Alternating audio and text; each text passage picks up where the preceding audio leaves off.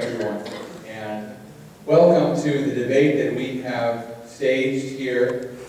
I'm very glad that each and every one of you could be here tonight. I'm sorry my opponent did not accept, and I think we're going to use tonight to have as close to a real debate as we possibly can have.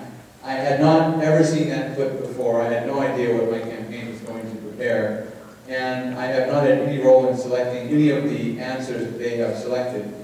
When we anticipated that she might not show up, we said, well, we want to have a real debate on the issues. We're not going to use the opportunity to turn it into a campaign rally, as her campaign manager suggested. We want to actually have the kind of real debate that people of our district have been denied by my opponent, because we have invited her. In fact, on August 19th, we invited her to do 5 debates anywhere in the district. She declined and said that the 2 forums that we had on October 10th and October 17th were sufficient. She did not use the word debate then, or her campaign manager did not use the word debate. She used the word forum. And that's because she did not want a debate with back and forth where we could challenge each other's views. This week she has been having a debate of sorts through the mail, and this is exactly why I think this forum is important, because what she is doing, unfortunately, is hiding behind these kinds of mailings that say, in this one, I'm going to put seniors' health at risk and dismantle Medicare. This one, I'm going to take your retirement savings and give them to Wall Street so they can get lost, and so on and so forth.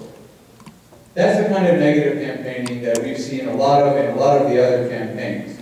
And I wanted to have an opportunity where we could challenge each other's views respectfully, because I do think that beyond all the rhetoric that goes on in a political contest, this is really about 3 issues.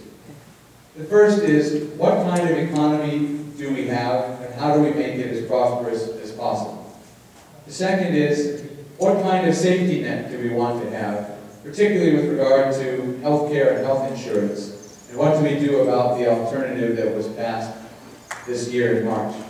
And the third is really, how do we protect the United States and our allies in an increasingly hostile world?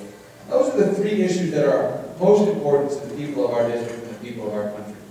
My opponent and I have very different views on these matters. On the economy, she believes, as she said in the clip just now, that government spending is the answer, that the stimulus is the answer, that government programs are the answer, like the weatherization program she mentioned, which I'll talk about in a moment. But basically, more government is good for our economy. And I believe the opposite. I believe that greater freedom, greater opportunity is better for our economy. Fiscal responsibility, lower taxes on business, less wasteful spending, and the kinds of tax credits for investment and for research and development that will really help small businesses and businesses in our district grow again, give them some incentive to invest and create jobs again. On the healthcare and safety net issues, my opponent was a very strong proponent of the law that passed in March and wants to take it much further in the direction of single-payer healthcare, nationalized healthcare system. I look at the world and examples overseas and next door, and I say that's not what we want, and it doesn't work. And the people who've tried it are moving back towards privatizing elements of their healthcare system. We need to provide health insurance for the poor and for the elderly, and for people with pre-existing conditions. I think that's becoming a bipartisan consensus. But we don't want to eliminate the private insurance industry. We don't want to end the choices that patients have, or what doctor they have, or what insurance plan they have. And we know that what drives medical innovation in our country is the private sector's investment in research, development, and technology, and we've got to keep that going.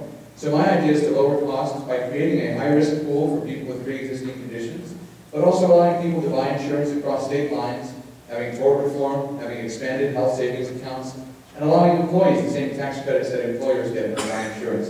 And finally, on the national security issues, my opponent very strongly backs the Obama administration's foreign policy, which in my view has been driven by the idea that if we're kind to our enemies, we can solve more of our problems. And I just don't agree with that. I don't think we've seen any evidence that that has worked over the last 2 years.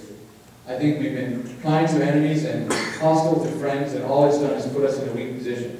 And I believe that what we ought to do is maintain our military strength, but more importantly, right now, maintain our strong commitment to defending our allies. Whether it's Poland, which which we undercut by taking away missile defense, whether it's Israel, which we targeted and are still targeting as the problem in the Middle East, we need to be better about defending our ideals, our interests, and our values. So those are the three big differences, and as we go through the debate tonight, you'll hear from my opponent, you'll hear from me, and I hope we'll hear from you as well as you comment. And the questions are yours. We have not pre-scripted any questions, no writing down on cards or anything like that. The questions are yours, and Mary, I believe, will explain the format you've chosen, but we really wanted to say to the public, to the people of the 9th District, this is the chance you ought to have received from your elected representative and the person challenging her, to hear from both sides, to ask questions freely and openly. Thank you. Thank you, Bill. And now